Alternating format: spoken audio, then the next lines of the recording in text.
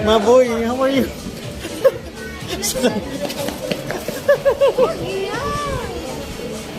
Bilis. Sabi ko, hindi ko sinabi ko yung mga doon. Sana pinicturan mo lang dyan. Ay, kumakain. Kumakain. Nakakarinig kayo. Boy. Ayun sa ilalim. Paglagala. Makakaray talaga to eh. Slow. Hindi, dyan yan. Lagi ang pinopost ng baboy na yan sa ano. Yan, huwag mo yung mga tao yan. Hindi mga tao. Lalo na mga ibang balahi yan. Ayaw na. Lalo parang pusa. Akala ko pusa. Ano? Akala ko pusa nangihingi.